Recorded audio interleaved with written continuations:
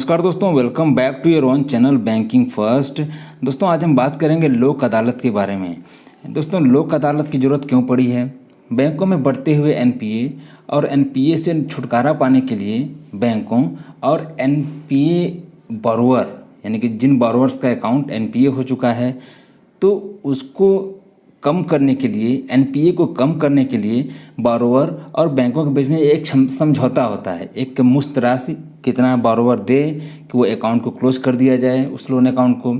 ये अदालत के माध्यम से होता है, यानी कि अदालत इसमें मध्यस्थता करती है। ऐसा इसलिए किया जाता है ताकि बैंकों का जो कर्ज है, जो एनपीए हो चुका है, वो एनपीए अकाउंट कम हो और जो बैंकों का पैसा जो लॉस हो चुका है वो थोड़ा बहुत या कुछ हद तक बैंकों को वापस मिले। दोस्तों लोक अदालत के बारे में आप जानते हैं। लोक अदालत लीगल सर्विस अथॉरिटी एक्ट 1987 के तहत इसकी स्थापना हुई थी। इसकी फ़ीस दोस्तों, इसमें कोर्ट की कोई फ़ीस नहीं होती है। सिंपल जिस दिन लोक अदालत लगता है, अक्सर ये शनिवार के दिन लगता है, उस दिन बोरोवर को अदालत में बुलाया जाता है। बैंक अधिकारी और बोरोवर के बीच में बातें होती हैं।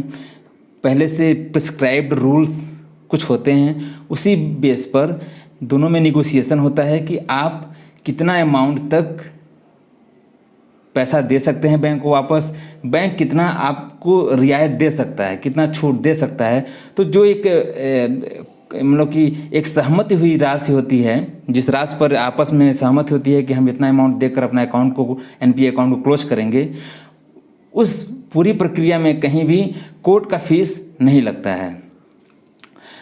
दोस्तों ये जो डिग्री होता है ये कंसेंट बेस पे होता है, यानी कि बोरोवर और बैंक दोनों आपस में जो है उन लोग का एक कंसेंट होता है। इसीलिए जैसे कि लोक अदालत में जो भी निर्णय बनता है, दोनों में जो भी इसमें सहमति बनती है, उसको आगे किसी भी कोर्ट में अपील नहीं किया जा सकता है, क्योंकि लोक अदालत दोनों में आपस में कंसेंट पर वो डिसीजन लिया जाता है। दोनों आपस में सहमत के आधार पर ये डिसीजन लिया जाता है। इसीलिए उस डिसीजन को किसी भी कोर्ट में उसमें पिटीशन फाइल नहीं किया जा सकता है। लिमिट क्या हो दोस्तों, कितना अमाउंट तक का लोन अगर एनपीए है तो वो लोक अदालत में जाएगा, तो वो 20 लाख रुपए तक का अगर लोन है तो वो लोक अदालत में रिफ़र किया जा सकता है। अब कौन कौन से अकाउंट जो एनपीए हो चुके रहते हैं वो लोक अदालत में जाते हैं, तो वो उसमें है सबसे पहले डाउटफुल होना चाहिए और लॉस कैटेगरी में अकाउंट चला जाना चाहिए।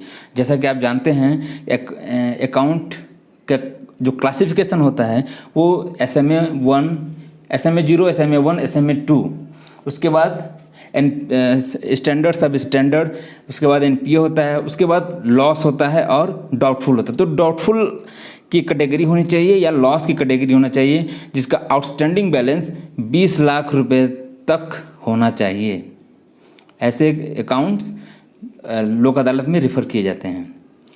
रीपेमेंट जनरली ये देखा जाता है कि एक मुश्त जो भी लोक अदालत के थ्रू सेटलमेंट राशि तय होती है उसको एक मुश्त जमा करा दिया जाता है बोरोवर के माध्यम से। लेकिन उसमें कभी कभी होता है कि आपको 1 से 3 साल तक का मौका देना पड़ता है। बोरोवर की कैपेसिटी के ऊपर डिपेंड करता है, क्या वो जो एग्रीड अमाउंट है उसको वन टाइम पे कर सकता है या नहीं, तो इसलिए उसको 1 से 3 साल तक का मौका दिया जाता है।